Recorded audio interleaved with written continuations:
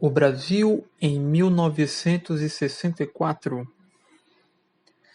Nesta aula, irei explicar os acontecimentos do ano de 1964 no Brasil, ano em que acontece uma contra-revolução no país. Acontecimento que membros de grupos revolucionários chamam de Golpe de 64.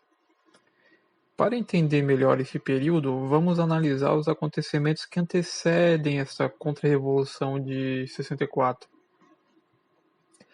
Na tarde de 25 de agosto de 61, Jânio Quadros, para espanto de toda a nação, anunciou sua renúncia, que foi prontamente aceita pelo Congresso Nacional. O presidente Jânio Quadros havia renunciado e seu vice-presidente João Goulart, ou Jango, deveria assumir. A ligação de João Goulart com os movimentos de trabalhadores era vista com desconfiança pelos militares. Por suspeitarem de uma ameaça comunista, tentaram impedir sua posse. No Rio Grande do Sul, o governador Leonel Brizola iniciou uma campanha exigindo o cumprimento da Constituição, o que significava garantir a posse de Jango. Enquanto João Goulart estava em uma viagem diplomática na China, não conseguiria voltar ao Brasil, pois os militares não permitiriam sua posse e, por causa disso, teve que desembarcar no Uruguai. Instaurou-se no país um regime parlamentarista, no qual o primeiro-ministro seria o chefe de governo. O nome indicado pelas lideranças políticas foi o mineiro Tancredo Neves. Jango retornou ao Brasil graças à campanha do partido de Jango, o PTB, movimentos populares e o plebiscito que revogava o parlamentarismo e restaurava a sua permissão de assumir a presidência. No dia 8 de setembro de 61, Jango assumiu a presidência da República.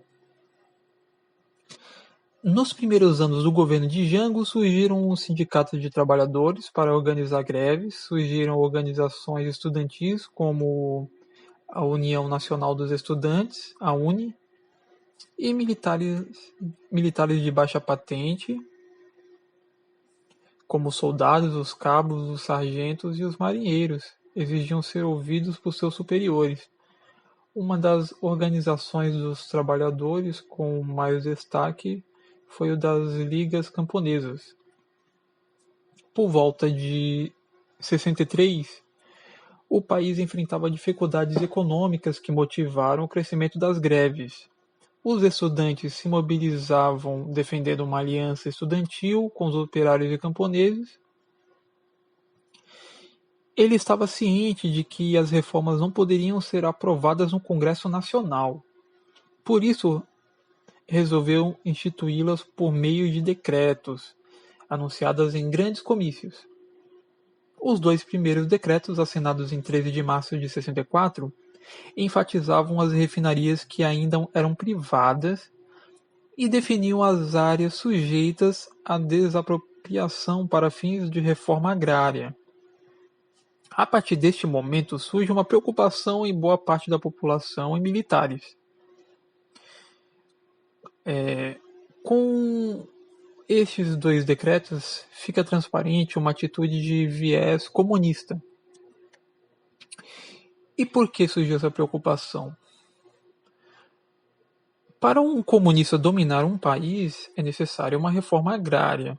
Depois vem a urbana, a comercial e a industrial, todas elas com caráter socialista. Os comunistas usam o pretexto de ajudar um trabalhador rural com péssimas condições de trabalho, visando apenas o confisco dessas propriedades rurais, grandes e médias, para fins de controle absoluto pelo Estado comunista e o fim do direito à propriedade privada. No dia 19 de março de 64, em São Paulo, várias pessoas se organizaram em uma manifestação com o nome de Marcha da Família com Deus pela Liberdade. E Jango tenta articular, tendo que viajar para Brasília e depois para Porto Alegre, mas não teve sucesso.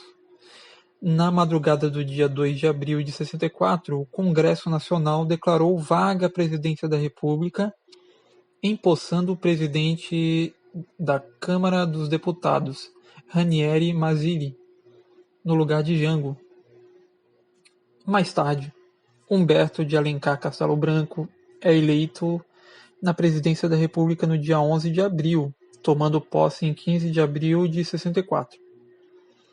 A Constituição de 1946 continuava em vigor.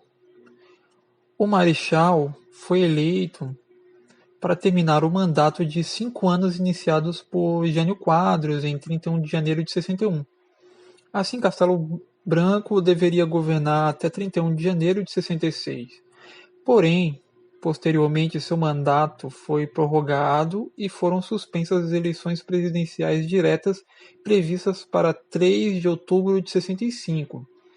Desta forma, Castelo Branco governou até 15 de março de 67, sendo substituído pelo general Costa e Silva, que foi eleito pelo Congresso Nacional em 3 de outubro de 66.